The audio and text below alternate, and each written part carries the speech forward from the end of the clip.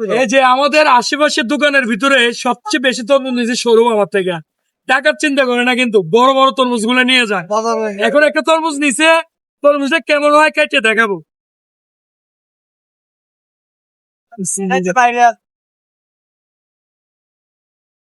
দেখতে থাকুন তরমুজে কি আছে, দেখতে থাকি, লাস্ট পর্যন্ত দেখতে থাকুন।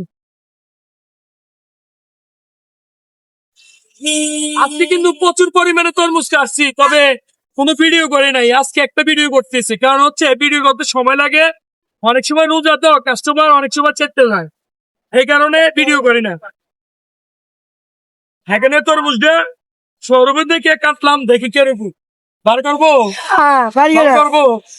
দেখি কি আছে, মধু আছে, কি মধু মধু।